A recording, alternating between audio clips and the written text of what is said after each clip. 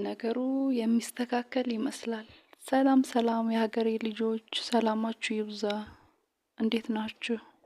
እኔ በጣም ደህና ነኝ።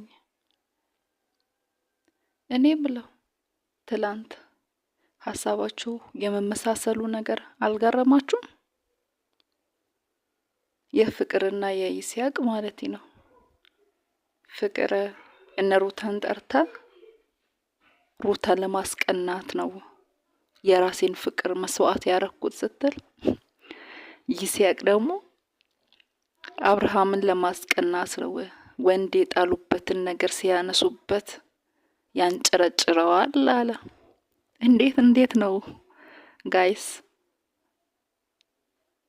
ብቻ ይሁን ይሳካላቸው አላማቸው ማለት ነው። እንዴት ነው ዛሬ ምን የሚፈጠር ይመስላችኋል?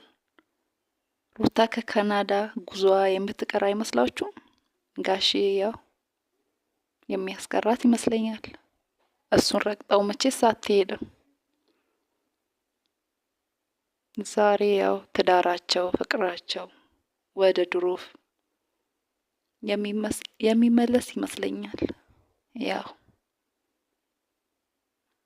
በባልና ሚስት ማይሆን ነገር ቢፈጠርም ጠባሳ ቢቀመጥም ጠባሳቸውን ሽረው ወደ ደመቀው ወደ ድሮ ፍቅራቸው የሚመለሱ ይመስለኛልና ብቻ ጋይስ ነገሩ ይገርማል። ተንጋለው ወደ ድሯቸው ነገር መመለስ ለማይቀር ነገር ብዙ መንገድ ብዙ ነገር አደረጉ። በመሃላቸው ብዙ ሰው አስገቡ። ብቻ ይሁን ዛሬ ብቻ መልካም ነገር እንደሚሆን እንጠብቃለን። እናንተስ ምን ታስባላችሁ?